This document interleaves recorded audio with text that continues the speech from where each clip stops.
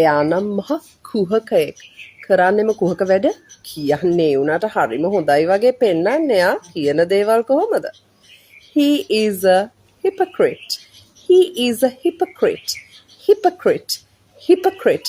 Hypocrite කියලා කියන්නේ කියනවා හරි හොඳ දේවල්. අම්මෝ ඒ උනාට ජීවිතේ තියෙන්නෙම කුහකකම. Are you a hypocrite? Or have you ever seen a hypocrite? Hypocrite. ඔය කවදා හරි දැකලා තියෙනවද? Have you ever seen a hypocrite? මේ වගේ කුහක මිනිස්සු කියන්න එකක්. හැබැයි ජීවිතේ කරන්නේ මහම ජරා වැඩ. පටේ යන්නේ නැතුව කියන තියෙන දේ කෙලින්ම කියනවද? Please don't beat around the bush. Can you say it directly? Please don't beat around the bush. Say it directly. Beat around the bush කියලා කියන්නේ වටේ යන්න එපා කියන එකම තමයි කෙලින්ම කියන්න. And also you can say something like this. Can you cut to the chase, please? Can you cut to the chase? Cut to the chase. Can you cut to the chase? So this cut to the chase comes from early film industry, right? Ithin cut to the chase කියලා කියන්නේ come to the most important point. Next time, if someone is beating around the bush, you can say, can you please cut to the chase? Can you please cut to the chase? Or please don't beat around the bush. කමක් නැද්ද මම ඔයාලට ඒ report එක හෙට එව්වට? මේ වගේ දෙයක් කමක් නැද්ද මං මෙහෙම කරාට කියලා ඔයාට කියන්න ඕන වුණොත්. You need a softener there. Do you mind if I? Do you mind if I? Do you mind if I? Do you mind if I verb එක තමයි ඊට පස්සේ එන්නේ. Do you mind if I sit here? මම මෙතන වාඩි වුණාට කමක් නැද්ද? Do you mind if I send you the report tomorrow? Do you mind if I come there next week? Do you mind if I go? Do you mind if I sit? Do you mind if I send? Do you mind if I share? Do you mind if I postpone? සමහර වෙලාවට ඔයාගේ personality type එක ටිකක් soft නා. එහෙම නැත්නම් if you want to be more polite, especially in a professional setup, you can simply add this. Do you mind if I? Office එකේ meeting එකක කතා කර කර ඉන්න දෙයට අමතර දෙයක් එකපාරට මීටින් එකේ තියෙනවා. මේක නිසා මීටින් එක දික් වෙන්න පුළුවන්. ඒ නිසා ඔයාට කියන්න ඕනේ මේක මීටිමේ දෙයක් නොවන නිසා අපි මේක වෙනමම කතා කරමුද? Shall we take it offline? Shall we take it offline? It's not that it is not important, but either you want to talk to that person in a different setup, or it can be a one-to-one chat, or basically what you mean is, so this topic is not relevant at the moment. Shall we take it in a separate setup, separate meeting, separate chat? This can be a phone call, this can be a WhatsApp chat, a group chat, your office group, or this can be a meeting. You want to take it on a separate line. So you can say, shall we take it offline? Shall we take it offline? Shall we take it offline? As discussed කියලා email එකක message එකක හැමතිස්සෙම යවන ඔයාටයි මේ lesson එක කරන්නේ. As discussed, I've attached the report කියලා ඔයා දානවා කියලා හිතන්න. As discussed වෙනුවට ඔන්න alternatives කීපයක්. As previously mentioned. As previously mentioned. Or you can say following our conversation. Following our conversation. Or the third option is further to our discussion. Further to our discussion. As discussed, I've attached the report. As previously mentioned, I've attached the report. Following our conversation, I've attached the report. Further to our discussion, I've attached the report. ඉතින් ඊට පස්සේ හැමදෙස්සම as discussed දාන්න එපා. මේ alternatives පාවිච්චි කරන්න. හරි එන විදියට ගේමක් ගහමු. ඔය එන විදියට බැට් කරමු අනේ. එහෙම කියනවනේ. කොහොමද මේක ඉංග්‍රීසි වලින් ලස්සනට කියන්නේ? Let's play it by ear. Let's play it by ear. Let's play it by ear. මේ play it by ear කියන එක music field එකෙන් එන එකක්. හරියට නිකන් අපිට ටියුන් එකක් ඇහුන ගමන් අපි ඒකේ note එක instrument එකක අල්ලන්න try කරනවා වගේ තමයි. Let's play it by ear. එතකොට script එකකට යන්නේ නැහැ. but you just play it by ear. කනට ඇහෙන විදියට ඔයා note එක follow කරන්න ගන්නවා. Just like that, you can of course adapt to any situation by saying, let's play it by ear. So if someone is panicking over something when they cannot adapt to a situation, you can say, here, don't worry, don't panic, let's play it by ear. එන විදියට කරමු අනේ, එන විදියට bat කරමු. I'm doing a MBA කියලාද කියන්නේ an MBA කියලාද කියන්නේ? A MBA an MBA මොකද මේ දෙකෙන් හරි අද and මේකට මම උත්තරයක් දෙන්නම්. පොඩි කාලේ අපි ඉගෙනගෙන තියෙන්නේ vowel එකකින් වචනයක් පටන් ගන්නවා නම් දාන්න ඒකට an කියලා if it is single. So an apple, an igloo, an ice cream, an umbrella. අපි හොම ඉගෙන ගත්තේ නේද? හැබැයි දන්නවද අපි දාන්න ඕනේ vowel අකුරට නෙමෙයි. කියන්නේ A E I O U වලට නෙමෙයි. singular නම් අපි a හරි an හරි දානවද කියලා තීරණය කරන්නේ මේ vowel එකේ සද්දෙට. So A E I O U. What is A's vowel sound? It is a. E A. I E. O O U A. එහෙනම් vowel sound එකට තමයි දාන්නේ. එතකොට MPA. M. Right? So it should be I'm doing an MBA. මීට කලින් මම video එකක කරා do you mind if I sit here කියන එක. ඉතින් කෙනෙක් මගෙන් ප්‍රශ්නයක් අහලා තිබුණා do you mind and would you mind? නැත්නම් would you mind කියන්නේ දෙකම එකයිද කියලා. Well, yes, both are politely asking for permission, but would is slightly formal. ඉතින් would කියලා දාද්දි would you mind කියලා දාද්දි ඒක ටිකක් formal do you mind වඩා. ඒ වගේම structure එක පොඩ්ඩක් වෙනස් වෙනවා. Do you mind if I sit here? මතකද මම කියනවා අපි ඒතර present tense එකක් පාවිච්චි කරන්නේ. Do you mind if I sit? Do you mind if I open? Do you mind if I share? හැබැයි would you mind කියලා අපි දානකොට would you mind if I sat here? Would you mind if I shared it tomorrow? Would you mind if I showed it to her? එතන අපි would you mind ඊට පස්සේ if clause එක එන්නේ past tense එකත් එක්ක. තුනක් කියලා දෙන්නද වාට? මම ඉස්සර කිව්වේ contact number කියලා. හැබැයි දන්නවද? It should be contact number. Contact. ඊළඟට අනිත් එක තමයි වගේම යන legal agreement එකට ඇත්තටම මම කියලා තියෙන්නේ contract කියලා. But it's wrong. Contract is making or becoming smaller. So the correct word is contract. Legal agreement එකට අපි කියන්නේ contract. Here it's a con word. The third word is video. It's not video, it's video. ඉතින් මේවා ඇත්තට මම වැරදියට pronounce කරලා දැන් හදාගත්ත වචන ටිකක්. Contact. So contact number or please contact me. ඊළඟට legal agreement, it's contract and then video. Video නෙමෙයි. ඒක මට මාර විදියට දැනුණා. ඒක මට මාර විදියට වැදුණා. මගේ පොක්කට මේක නිකන් දැනෙන්න එයා කිව්වා. It really touched my nerves. I just heard it on TikTok, a beautiful expression by a person I follow on TikTok, and she just said this ad or this thing on social media really touched my nerves. ඊට පස්සේ කවුරු හරි කියපු දෙයක් ඔයාටත් emotionally දැනුණා නම් ඔයත් කියන්න it touched my nerves. It touched my nerves කියපු දෙයක් විතරක් නෙමෙයි. දකින්න දෙයක්, post එකක්, එහෙම නැත්නම් කවුරු හරි කරන comment එකක් ඔයාට emotionally ඒක බලපෑවා නම් ඔයාට කියන්න පුළුවන් it touched my nerves. I like it. I do like it. I like it. I do like it. සමහර අය ප්‍රශ්නයක් අහම do you like it?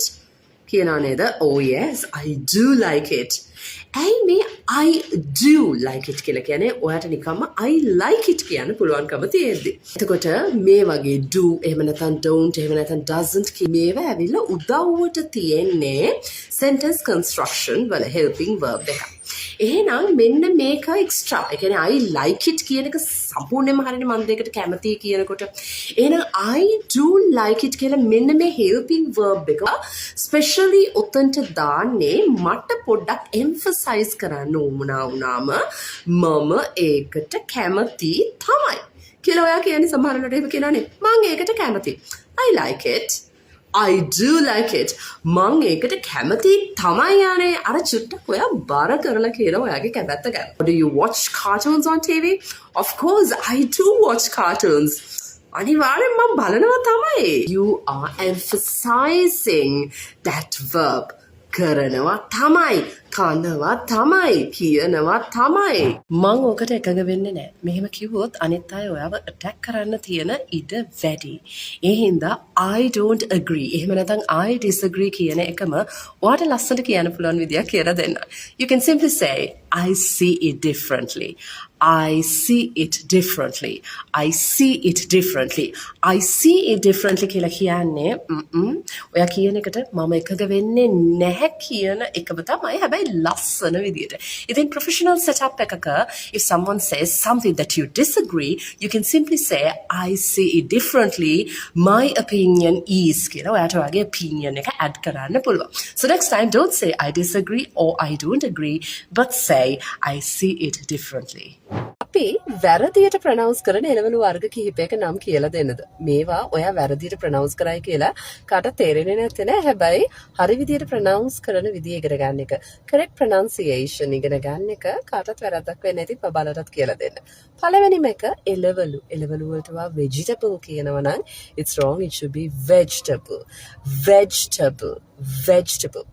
පළවෙනි එළවලුව තමයි මෙන්න මේක. potato කියනවා නම් අලවලට it's wrong, it should be potato. Potato. Potato. And then this is not tomato, this is tomato. Tomato. Or tomato. Tomato. And this is not onion. Onion. Onion. And then ඔයා මේකට lettuce කියනවා නම් it's wrong, it should be lettuce. Lettuce. Lettuce. So vegetables, potatoes, tomatoes or tomatoes, lettuce and onion. මේවා හරියට ප්‍රනවුන්ස් කරන්න බබලටත් කියලා දෙන්න. මේ pronunciation tips ගෙනාවේ Oxford Learners Dictionary එකේ British accent එකට අනුව. ඔයා නම් ඉල්ලගෙන කෑවේ. ඉල්ලගෙන කෑවේ? කරදර වෙහින් දාගත්තම මෙහෙම කියනවා නේද? කොහොමද මේක ඉංග්‍රීසි වලින් කියන්නේ? You asked for it. You asked for it. එහෙම නැත්නම් ඔයාගේ බල ඔයාම යන්නේ කපාගත්තේ. You've dug your own grave. You've dug your own grave. Or in modern English, you can say something like this. You signed up for it. You signed up for it. ඉතින් මීට පස්සේ අයියෝ ඔයා නම් asking and eating වගේ informally කියන්නත් පුළුවන්. හැබැයි එහෙම කියන්නේ නැතුව you can simply say you asked for it. You've dug your own grave. Or you signed up for it. ඉල්ලගෙන කනවට මෙහෙමයි කියන්නේ. අනිත් අයගේ වැඩවලට ඇඟිලි ගහන අනිත් අයගේ දේවල් ගැනම හොයන මහ කරදරකාර චරිතයකට ඔයා මොනවාද කියන්නේ? You can call that person a busybody. A busybody. Busybody. Busy කියන වචනේ උතන තිබුණට මෙයා ඇත්තටම busy නම් නැහැ. මෙයා වැඩ හින්දා busy වෙලා නෙමෙයි අනිත් අයගේ වැඩවලට ඇඟිලි ගහන හින්දා busy වෙලායි තියෙන්නේ. So, if a person is interfering in other people's, especially private life, you can call that person a busybody. Busybody. So, of course, you can use busybodies as the plural form of busybody. Busybody. ඉතින් busybody කියලා කියන්නේ අනිත් අයගේ වැඩවලට ඇඟිලි ගහන අයට ඊට පස්සේ. එයා නම් හරිම ප්‍රැක්ටිකල් එක්කෙනෙක්. එයා පොඩක ප්‍රිටෙන්ඩ් කරන්නේ වෙන කෙනෙක් වෙන්න. මේක කොහොමද ඔයා ලස්සනට ඉංග්‍රීසි වලින් කියන්නේ? He is very down to earth. එහෙම නැත්නම් he's down to earth. He's a down to earth person කියලා කියන්නත් පුළුවන්. මේක adjective එකක් විදිහට මේ expression එකම පාවිච්චි කළා. නැත්නම් බොහොම common විදිය තමයි he is down to earth. Down to earth. පොළවේ පය ගහලා ඇවිදින මිනිස්සෙක්. හරිම තාත්විකයි, හරිම realistic. He or she is down to earth. So let's try to be down to earth. Hello everyone. ඊයේ කරා down to earth. මේක opposite එක මොකක්ද? එයා නම් ටිකක් උඩින් යන්නේ. පොළවට අඩි දෙකක් විතර උඩින් යන්නේ. She is big-headed. Big-headed. ඔළුව ලොකුයි වගේ තමයි. She is big-headed. So if you want to use the opposite or the antonym of down to earth, you could say she is big-headed. ඉතින් කෙනෙක් අහලා තිබුණා මගේ මේ කොහොමද මේකේ විරුද්ධ අර්ථය කියන්නේ කියලා down to earth. So this is how you say it. She is big-headed. Sinhala අපිට තියෙන ලොකු ප්‍රශ්නයක් තමයි she's beautiful, no? he's handsome. No, she's smart. Nee කියලා මේ වගේ nee no නේද කෑල්ල අගට දාන එක. මොන වෙලාවටද? කාගෙන් හරි අපි ස්ටේට්මන්ට් එකක් කරලා කන්ෆර්මේෂන් එක ගන්න උවමනා වුණාම. මේ වෙලාවට අපි no nee කියන එක දානවා. ඉතින් මේක චුට්ටක් විතර සිංහල පැත්තට බර නිසා අපි මොන දේ ඉංග්‍රීසි වලින් කිව්වත් පොඩ්ඩක් සිංහල ටච් එකක් මේකට ගේන්න පුළුවන්.